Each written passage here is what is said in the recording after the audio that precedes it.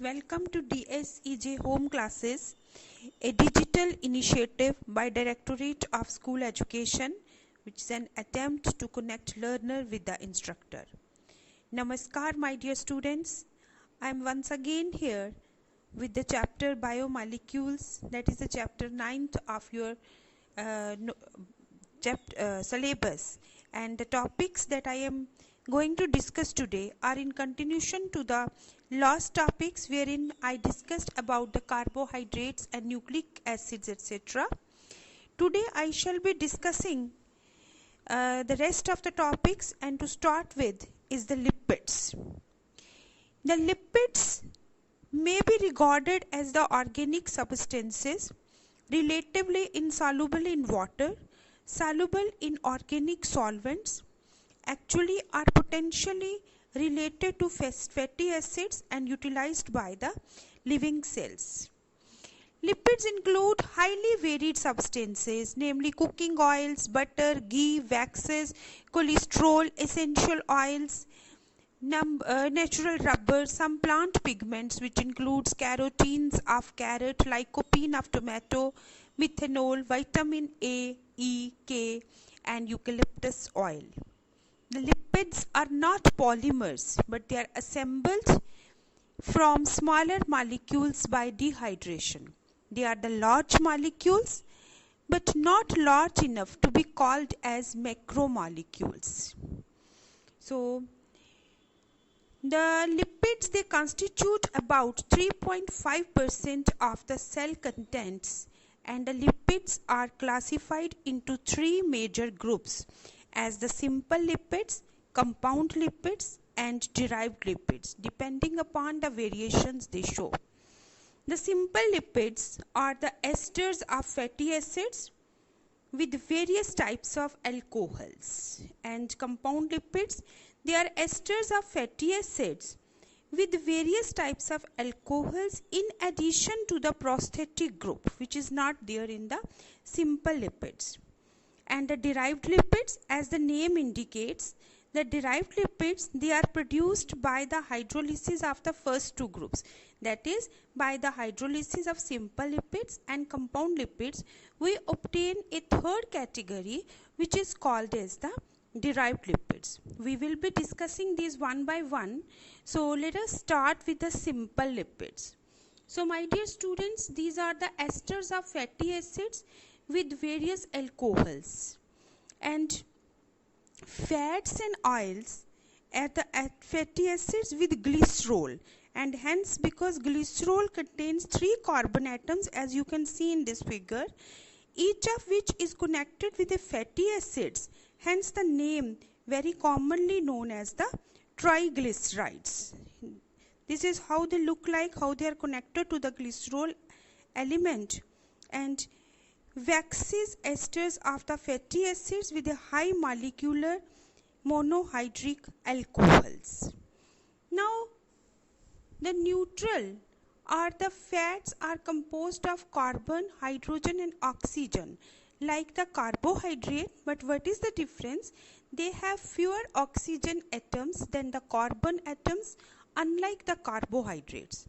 A fat molecule consists of 2 components, one molecule of alcohol called as the glycerol, as you can see in this figure, and 1 to 3 molecules of the different long chains of the fatty acids, like this. Now it looks like this. Fatty acids. The glycerol. First let's talk about the glycerol. Glycerol molecule has 3 carbon atoms, each bearing hydroxyl group. The fatty acids are so named because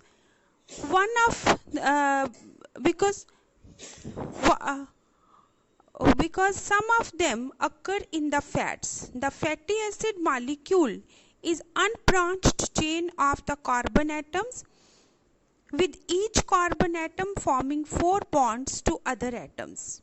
It has a carboxyl group at one end and hydrogen atom bounded to or the most carbon atom, forming the hydrocarbon chain. Now these fatty acids, these are of 2 types. that is, one type is called as saturated and one is called as the unsaturated. The saturated and unsaturated fatty acids are different in certain characteristics. Let us talk about that. The saturated fatty acids, the hydrocarbon chain is without a double bond, that is, no carbon atom is having a double bond, all are connected to the single bond, thus completing the valency. Whereas in case of unsaturated fatty acid, they possess one to more double bonds in their hydrocarbon chain.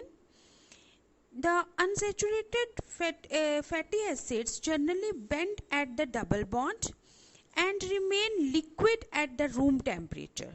On the other hand, the saturated fatty acids are usually straight chains. They are solid at room temperature and have relatively higher melting point. The saturated fatty acid occur in most of the animal fats. On the other hand, unsaturated fatty acids, they have relatively lower melting point and occur in most of the plant cells. Now, these are the differences between the unsaturated and saturated fatty acids. Now, the next category, after the simple lipids, we will talk about the compound lipids. The compound lipids, they are the lipids that contain additional substance. That is, as you have seen in this figure, that the simple lipids, they are the esters of fatty acids only, but in addition to this, they contain a prosthetic group, and this prosthetic group makes them the compound lipids. Compound or the conjugated lipids are classified into various types depending upon which prosthetic group is attached. For example, it is called phospholipid if phosphorus is attached to it. It is called glycolipid if the additional prosthetic group is a carbohydrate. It's called lipoprotein if the additional group is proteinaceous in nature. Accordingly, aminolipids and sulfolipids, depending upon if the prosthetic group is the amino group or the sulfur group respectively. So that is the difference between the simple lipids and the compound lipids, that is, presence or the absence of the additional prosthetic group in case of compound lipids. Now the next is the derived lipids. As I already told you, derived lipids are the derivatives of the hydrolysis of simple and complex lipids which possess the characteristics of the lipids. These include lipid-soluble vitamins, steroid hormones, hydrocarbons, ketone bodies, mono and di-acyl glycerol, etc. And some of the examples we must discuss about the derived lipids.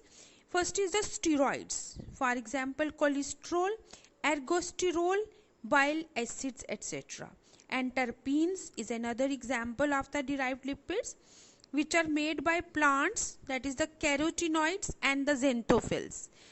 And these are the pigments of the plants which are actually terpenes in nature, and chemically they are the derived lipids which are made by the hydrolysis of simple and compound lipids. So these are the various types of the lipids. Now let us see what are the various functions which the lipids perform in our body. The first function is that they are the precursors of the hormone.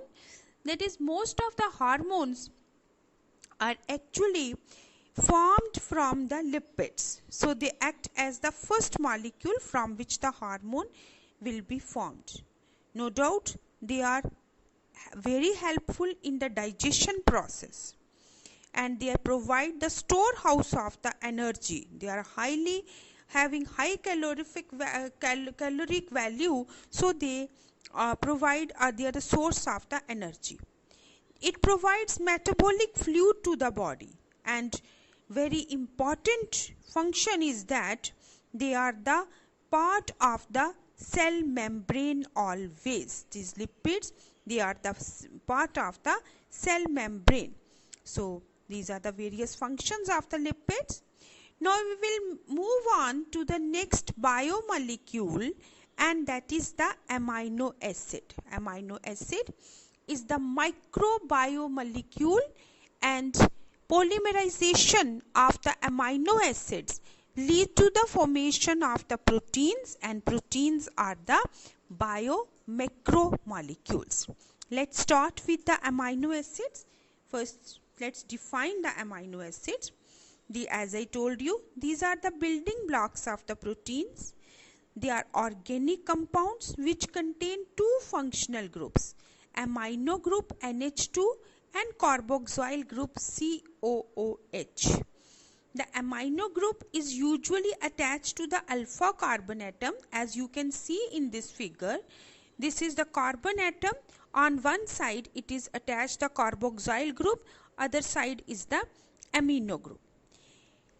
This carbon atom is called as the alpha carbon atom, that is next to COOH. This one is called as the alpha carbon atom. Amino acid present in the protein are of alpha L type, that is amino NH2 group is present to the left side of the vertical formula. What I mean to say by this, I will explain you with the help of this diagram. This is the alpha carbon atom, or represents the side chain, which could be anything, any organic chain. This is amino group NH2. This is carboxyl group, and this is NH2 is always present towards the left of the carbon atom, thus giving it the unique features, the amino acids. Now, amino acids being the building blocks of the protein, they perform a number of functions. They are of varied types, showing a lot of diversity, and hence they are divided into various groups on various bases. First of all, on the nutritional basis, where that is how much our body needs these amino acids. They are divided into two categories, the essential amino acids and non-essential amino acids. This essential and non-essential is grouped according to the point that whether these amino acids are obtained from our nutrition, that is, if we obtain these amino acids along with the food that we take, these are called as the essential amino acids, because they have to be obtained from the outside. And examples are the leucine, isoleucine, valine, histidine, lysine, methionine, phenylalanine, threonine and tryptophan. Similarly, those amino acids which are synthesized by the body, this does not mean that they are called as the non-essential, does not mean they are not needed by the body. Actually, they are synthesized by the body and by the various metabolic reactions occurring in the body. These are alanine, arginine, asparagine, aspartic acid, cysteine, glutamic acid, glutamine, glycine, proline, serine and tyrosine. This is one categorization of the amino acids depending upon whether they are to be taken along with the food, called as the essential amino acids, or they are manufactured inside the human factory, that is the non-essential amino acids. Now there is another way of classifying the amino acids, that is classification according to the polarity of the side chain. You have seen in this figure this R, this is called the side chain. Now depending upon the polarity of this R or the side chain, we have grouped the amino acids into non-polar amino acids, that is each of these amino acid has a non-polar side chain that does not bind or give off protons or participate in hydrogen or ionic bond, are the polar amino acids, that is they are uncharged amino acids. These amino acids have zero net charge at the neutral pH. Now polar charged amino acids, They are polar acidic or positively charged amino acids. These are the amino acids are the proton donors. On the other hand, polar basic or the negatively charged amino acids, the side chains of the basic amino acids accepts the proton. They are divided on this way as the proton donors or the proton acceptors. Now, this classification is on the basis of the characteristics obtained inside the amino acid as a result of variable or chain. Now, next we will be discussing the proteins, and again the amino acids will be the inherent part of this topic because actually proteins are the polymers formed by the amino acids. Now, what are the proteins? Let me discuss with you. Proteins, also known as the polypeptides, are made up of amino acids arranged in a linear chain and folded into a globular form. These are the polypeptides which are made up of amino acids which are folded upon one another, as a result of which it obtains a particular structure that we will be discussing just now. The sequence of the amino acids in a protein is defined as the sequence of the gene which is encoded in the genetic code. Let me discuss this sentence in little bit greater detail. My dear students, as all of us know that our cells contain the nucleus. The nucleus contains the chromosomes. The chromosomes carry the genetic material in the form of nucleic acids.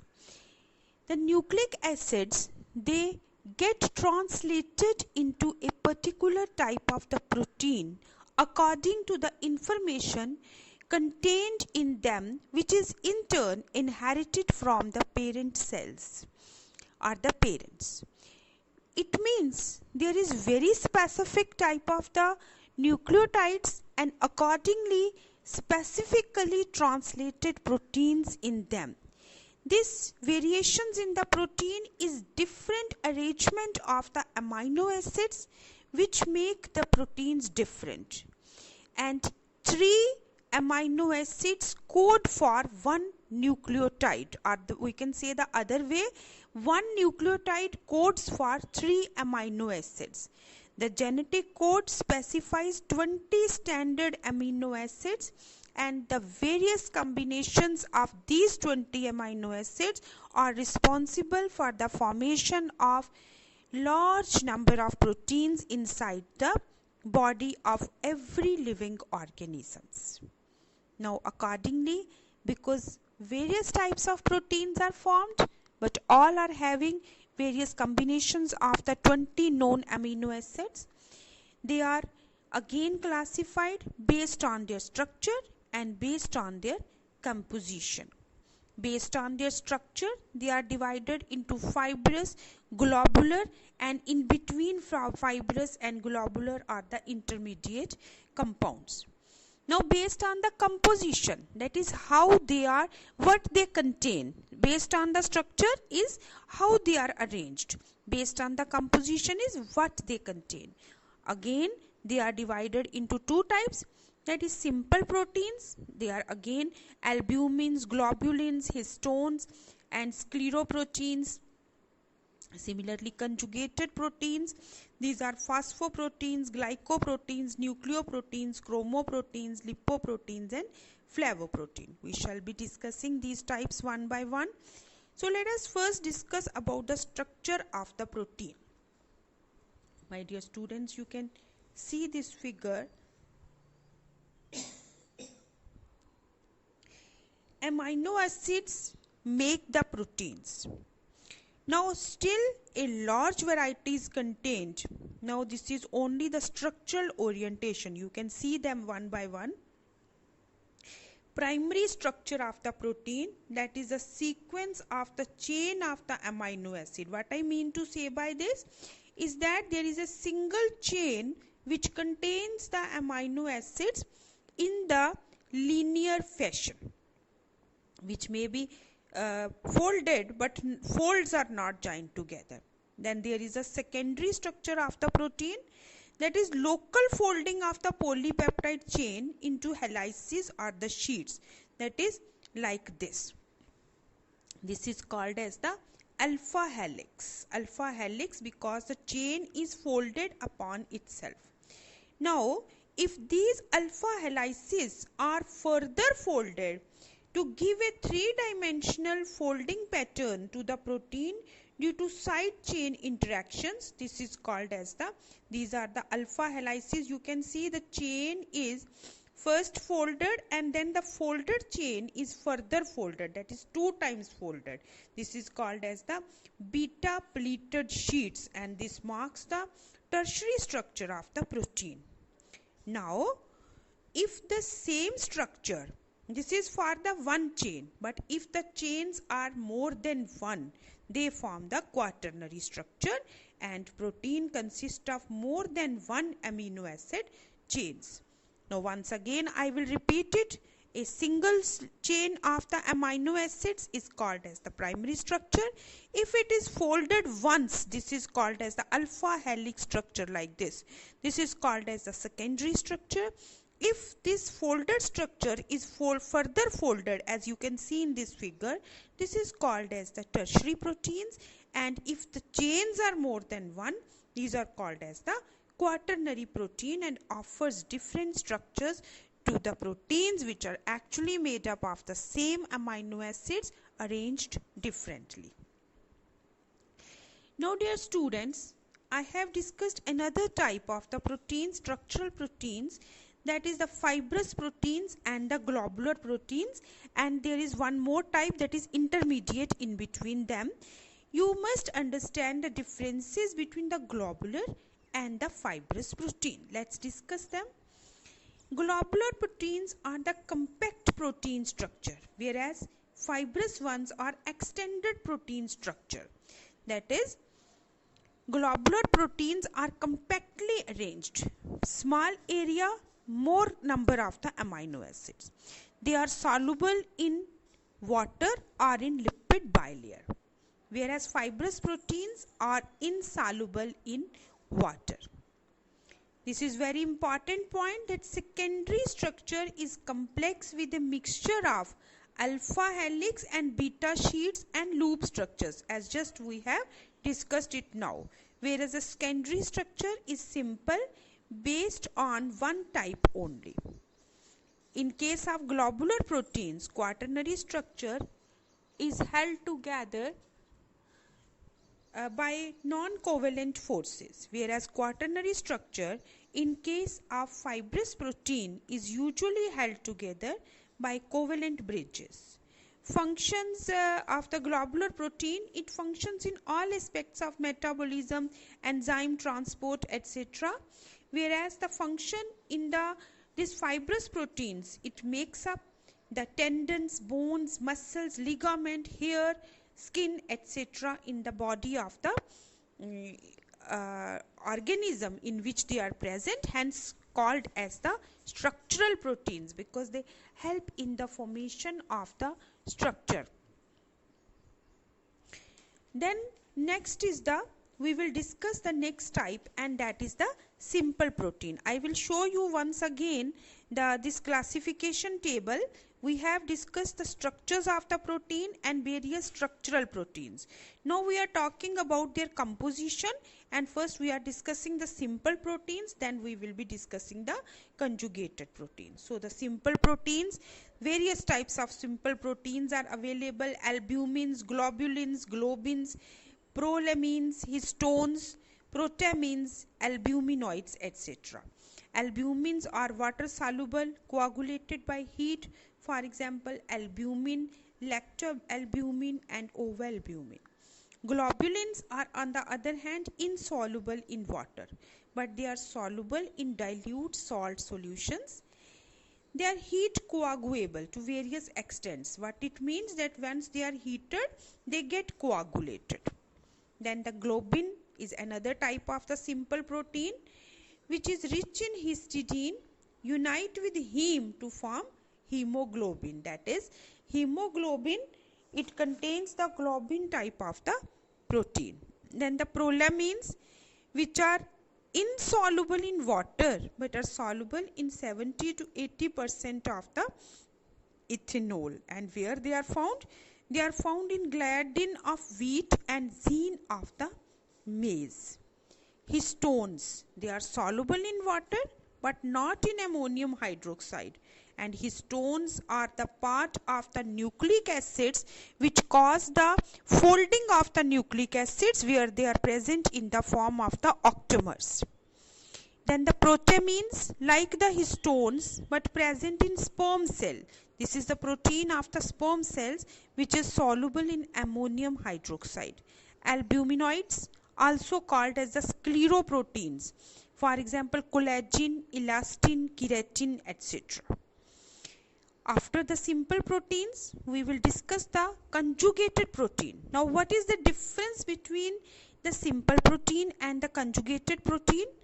Conjugated proteins are globular but also consist of the non-protein chemical. That is, we have seen that in case of simple protein, whole of the structure was made up of the amino acids only, but the conjugated proteins, they also contain a non-protein structure. For example, glycoprotein means in addition to the protein, they are containing the carbohydrate, made up of protein and the carbohydrate. For example, mucus, that helps and lubricates the parts of the body. Another example is the hemoglobin, pigment that transports oxygen in the blood.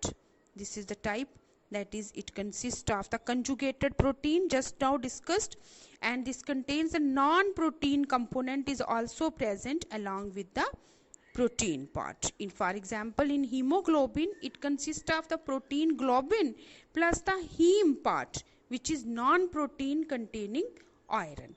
So these are the various types of the proteins.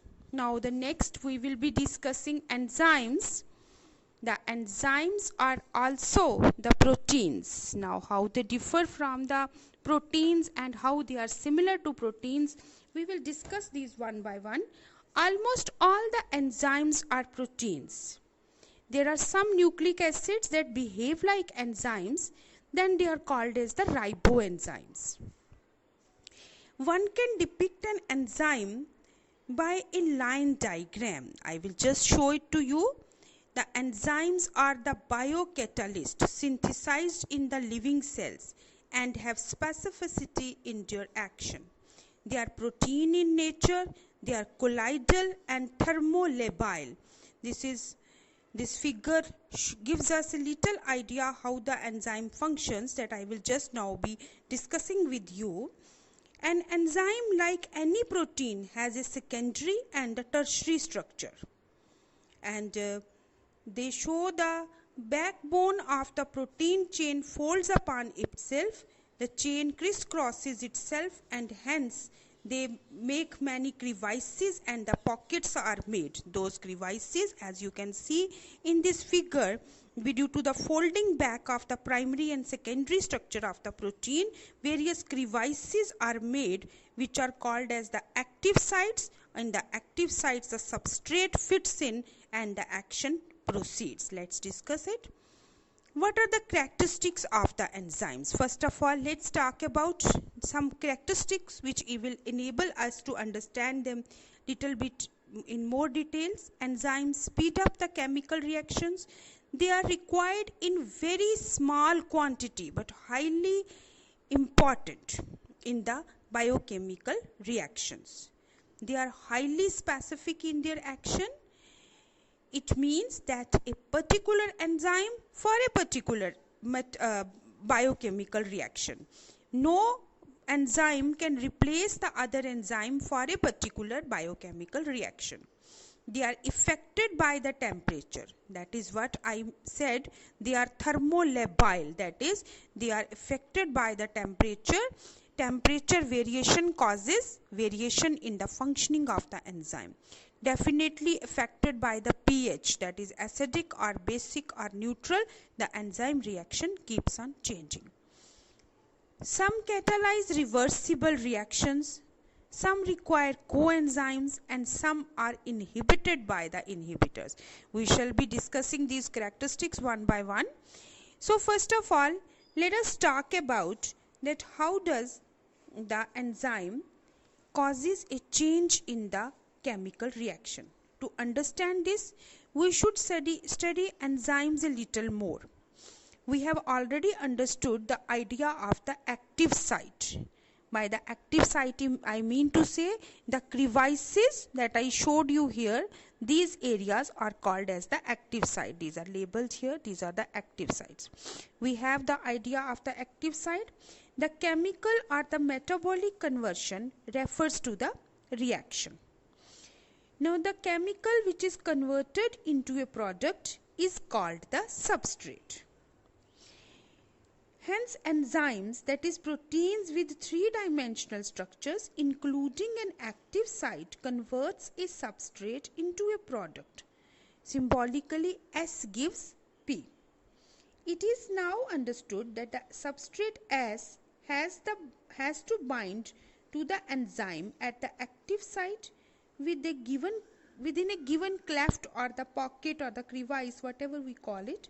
The substrate has to diffuse towards the active site. This is thus called the ES complex or the enzyme substrate complex. Enzymes are proteins. They are called as the biocatalyst. Now before I discuss you that how they function, the complex enzyme substrate complex, what is important, that is here it is seen that the reactants, they react and the products are formed. Now, what does the enzyme do? Enzyme lowers down the activation energy. Let me talk about this in little more detail. The structure of the substrates gets transformed into the structure of the products. The path of this transformation must go through so-called the transition state structure. There could be more altered states between stable state and the product. So what happens that when all the chemical reactions, biochemical reaction, they proceed in the forward reaction, I mean to say the reactants, they form the product. In the absence of the enzyme, this reaction proceeds at a very slower rate, but in the presence of the enzyme, it speeds up. The minimum amount of the energy that is required for a particular biochemical reaction to take place is called as the activation energy. The enzymes lower the activation energy of a specific chemical reaction, and in this way they speed up the reaction. That's why they are called as the catalyst, and because they catalyze the biochemical reactions, they are called as the biocatalyst. Lowering of the active energy has a profound effect on how rapidly the reaction is completed. You will better understand my point with the help of this diagram. That is, reactants, they are reacting to form the products. Now, in the absence of the enzyme, the reaction proceeds like this. That is, a much more activation energy is required, hence the reaction is slower. But in the presence of the enzyme, the activation energy is lowered, and thus the products are formed at a faster rate. And this is activation energy with the enzyme. This is activation energy without enzyme. Overall product is formed. Thus the enzymes are very important for causing the biochemical reactions to proceed. Now next is the factors affecting the enzyme activity. The activity of the enzyme is affected by change in the conditions which can alter the tertiary structure of the protein. These include temperature, water, pH, substrate, enzyme, inhibitors and products, activators, radiations, etc. First, temperature and pH. Enzymes generally function in a narrow range of temperature and pH. Each enzyme has its highest activity at a particular temperature and pH, called the optimum temperature and optimum pH. Activity declines both below and above the optimum value. Lower temperature preserves the enzymes in a temporary inactive state, whereas the higher temperature destroys the enzyme activity because proteins get denatured due to the high heat. Now, the concentration of the substrate also matters. With the increase in the substrate concentration, the velocity of enzyme reaction rises at first. The reaction ultimately reaches a maximum velocity which is not exceeded any further due to rise in the concentration of the substrate. This is because the enzyme molecules are fewer than the substrate molecule, and after saturation of the molecules, there are no free enzyme molecules to bind with the additional substrate molecule.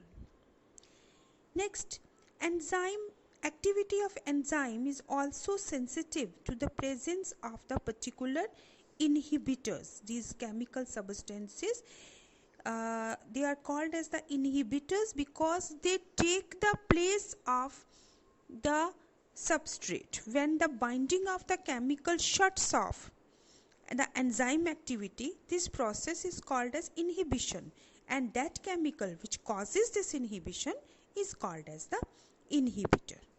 When the inhibitor closely resembles a substrate in its molecular structure and inhibits the activity of the enzyme, it is known as the competitive inhibitors. Due to the close structural similarity with the substrate, the inhibitor competes with the substrate for the substrate binding site of the enzyme. Consequently, the substrate cannot bind and as a result the enzyme action declines.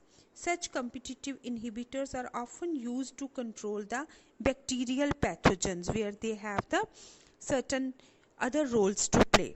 Now the end products, that is the end product of the biochemical reaction, sometimes acts as a feedback. The negative feedback, that is, more the end product, lesser is the enzymatic activity. Now see these factors, the rate of the reaction is definitely affected by the presence of these factors, and therefore enzyme activity is sensitive to these intrinsic as well as extrinsic factors. Now next is the classification and nomenclature of the enzymes. Dear students, thousands of enzymes have been discovered, isolated and studied. Most of these enzymes have been classified into different groups based on the type of the reaction that they catalyze. Enzymes are divided into 6 classes, each with 4 to 13 subclasses and named accordingly by 4-digit number.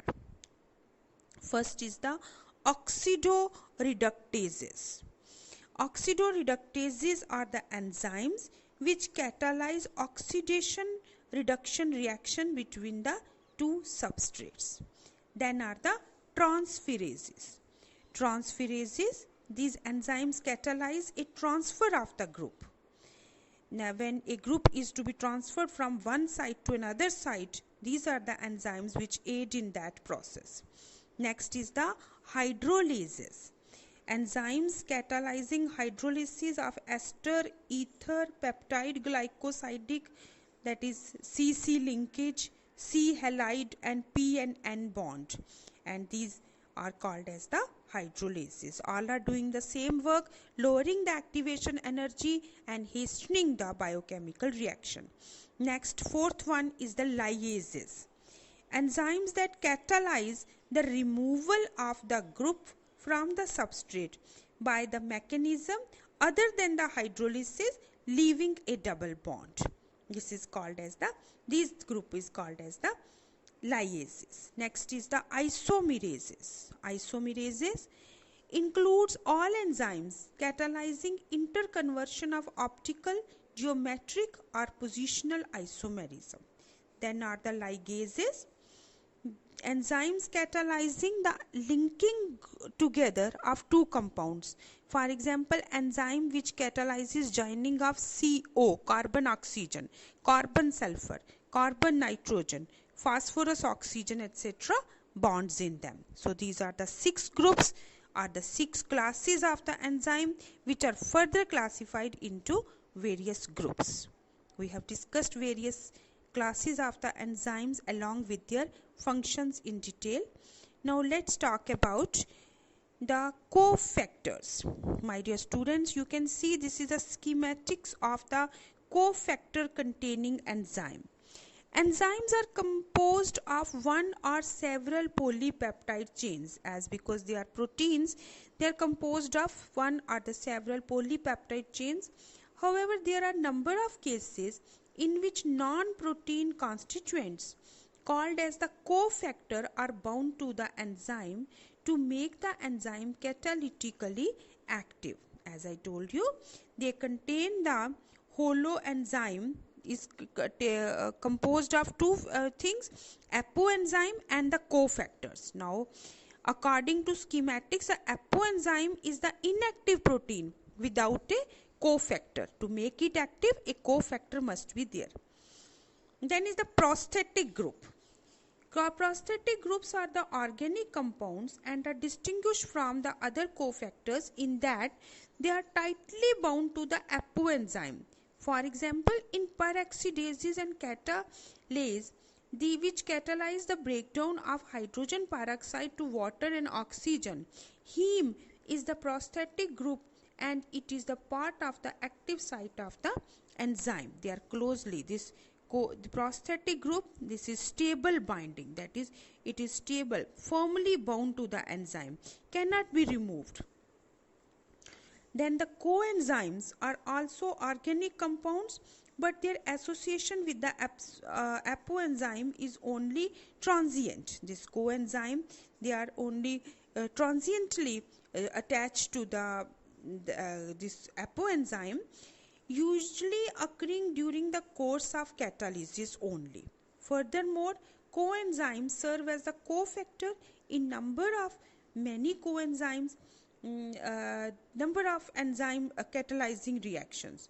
The essential chemical components of many enzymes are vitamins. For example, coenzyme nicotinamide adenine dinucleotide NAD and NADP contain the vitamin niacin.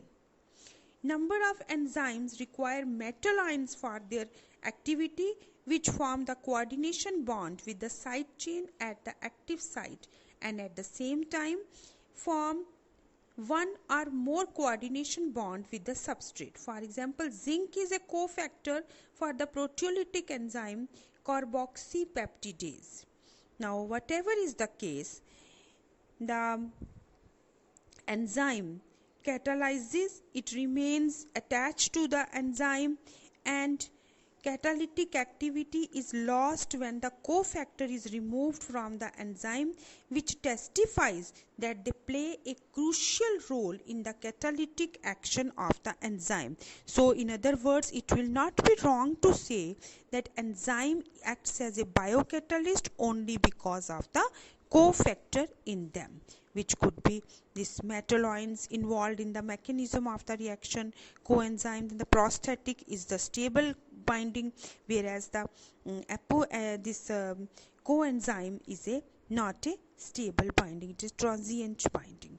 So that's all for the functions of the enzyme, various classes of the enzyme.